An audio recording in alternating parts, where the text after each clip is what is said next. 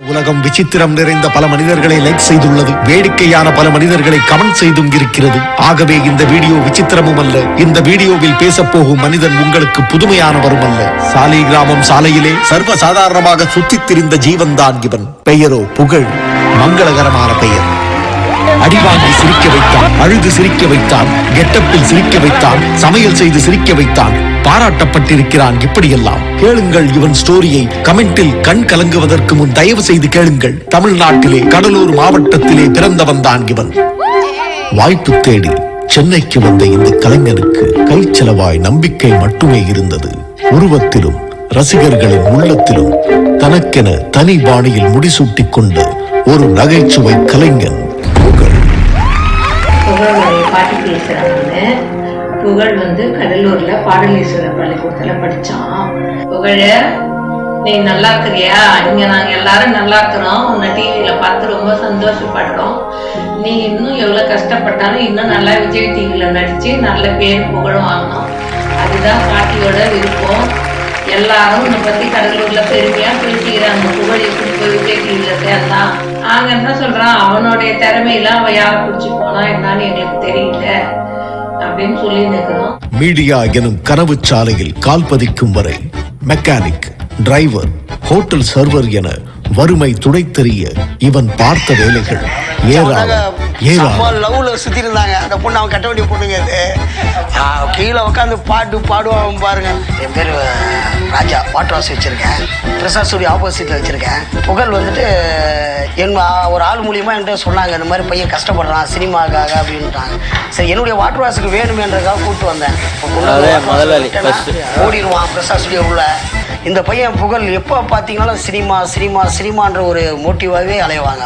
அவனுக்கு நான் ஒரு பெரிய சம்பளமாக நீங்கள் கொடுக்க முடியாதுங்க. நீங்கள் சூழ்நிலைக்கு 150 ரூபா சம்பளம் கொடுத்தேன்.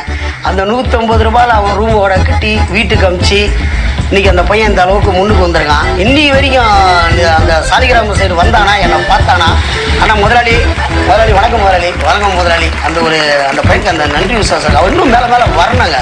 நல்ல பையன், அருமையான பையங்க. புகழ் இங்கே நடிக்க வரதுக்கு முன்னாடி எங்கள் கம்பெனியில் தான் ஒர்க் பண்ணிட்டு இருந்தார். ரொம்ப கஷ்டப்பட்டு வாழ்க்கையில் முன்னேறினவர் அப்படின்றதுல அவரை உதாரணமாக நம்ம எடுத்துக்கலாம். தொடக்க காலங்களில் தனது குரல் மாற்றி, தனது உருவம் மாற்றி பெண் வேடம் மட்டுமே இட்டு வந்த இவனின் திறமையை அனைவரும் அறிந்து கொள்வதற்கு அவகாசம் தேவைப்பட்டது. புகழ் என்னுடைய பிரதர்.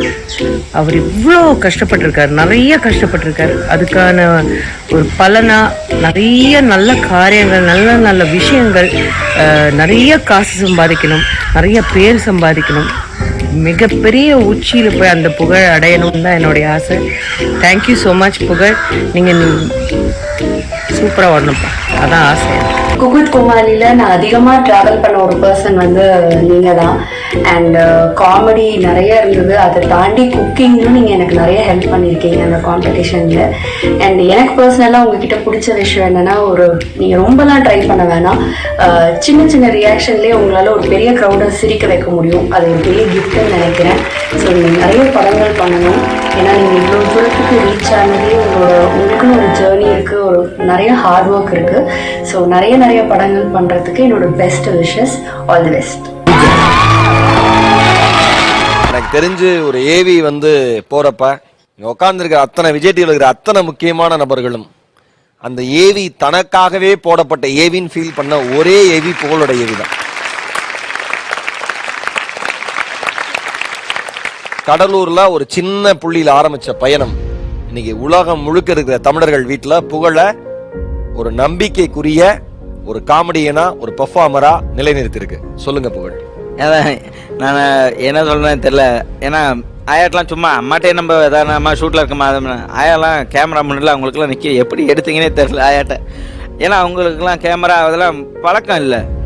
கேமரா வச்சு இவ்வளோ பேசியிருக்காங்க. நான் ஆயாட்ட ஃபோனே பேசலை, ஒரு மாதமாக ஃபோனே பேசலை.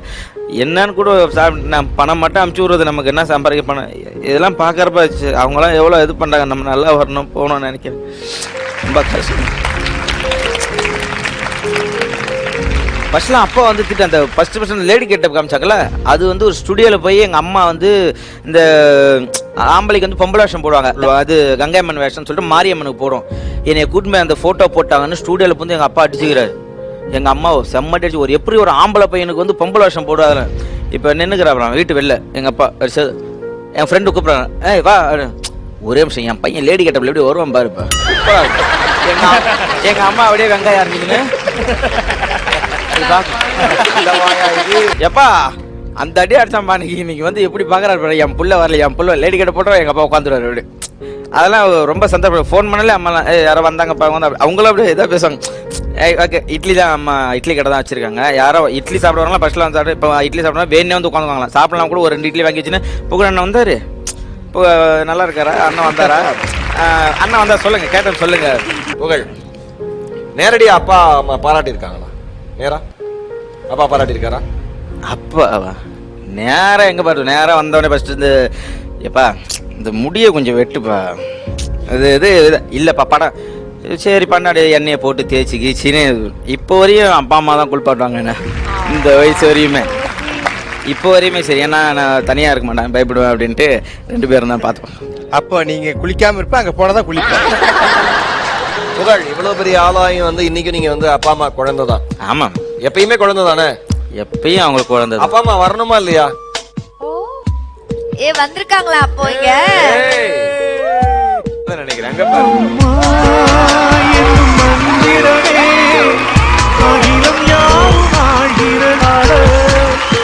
வணக்கம், எப்படி இருக்கீங்கம்மா? ஒரு சூப்பரான அருமையான திறமையான பையனை எங்க விஜய் டிவி கொடுத்துருக்கீங்க. அதுக்குனே உங்களுக்கு மிகப்பெரிய நன்றிகள் சொல்ல நான் கடமைப்பட்டிருக்கேன். நன்றி சொல்லணும். சின்னதுல இருந்தே அவனுக்கு வந்து சம்பாதிக்கணும் அப்படின்றதெல்லாம் 7 வயசுலயே அவனுக்கு அந்த அனுபவம் இருக்கு. 7 வயசு இருக்கும்போதே நான் எங்கேயாவது போய் ஒரு சின்ன ஸ்கூல்ல லீவ் விட்டா கூட போயிடுவான் வேலைக்கு. நான் போறேன், ஒரு 5 ரூபா தருவாங்க, உனக்கு காயின் வந்து தரேன் அப்படின்னு. அவன் வந்து அவங்கக்கிட்ட நீ போய் வேலை சேர்ந்துக்குப்பா, இங்கே போய் படி, அதெல்லாம் அவனுக்கு சொல்லி தருது. அவன் இஷ்டத்துக்கு இன்னைக்கு இந்த நிலைமைக்கு வந்துக்கிட்டு அவனோடைய காரணம் தான். இதில் உதயாவும் மோகனும் அவனை இந்த இடத்துக்கு கொண்டு வந்து விட்டது அவங்க 2 பேரும். இந்த இடத்துல என் பிள்ளைய பார்க்கறதுன்றது ஒரு பெரிய விஷயம் இல்லை. உங்களெல்லாம் நாங்கள் டிவியில் பார்க்கும்போது ரொம்ப பெருமை நினைப்பேன். இன்னைக்கு என் பிள்ளை இந்த இடத்துல நின்று எங்களை கூட்டுன்னு வந்து பெருமைப்படுத்துறது பெரிய அதிசயம். ஆட்டோ சர்வீஸ் பண்ணும்போது அழுவு வந்துடும். அந்த சோப்பு நோரெல்லாம் போட்டு கார் கழுவும் போது பார்க்கவே பரிதாபமாக இருக்கும். அதுக்கப்புறம் தகடு போகிற கம்பெனிக்கு போய் வேலை செஞ்சோம். அந்த தகடு வந்து கால் வெட்டிச்சு, நரம்பு கட்டாயிடுது, நடக்கவே முடியாது. தூக்கின்னு போய் தான் பாத்ரூமுக்கே போய் விடுவோம். அந்த அளவுக்கு கஷ்டப்பட்டு வந்தோம்.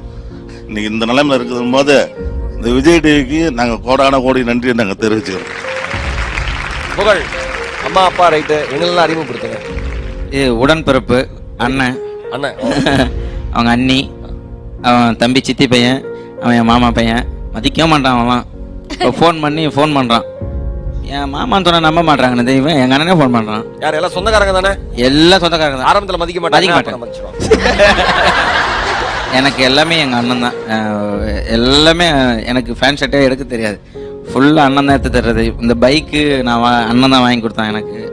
எல்லாமே அண்ணன் தான். அண்ணன் ஊர் விட்டு போனது தான் ஒரு கையை உடஞ்ச மாதிரி ஆயிடுச்சு. அப்படிலாம் இல்லை, இந்த அளவுக்கு அவன் வந்திருக்கானா அவனோடது தான். எல்லாமே அவன் கஷ்டப்பட்டு வந்தது தான். இப்படி இல்லையா ஒரு குடும்பம் இருக்கணும். ரொம்ப ரொம்ப சந்தோஷம் புகழ்.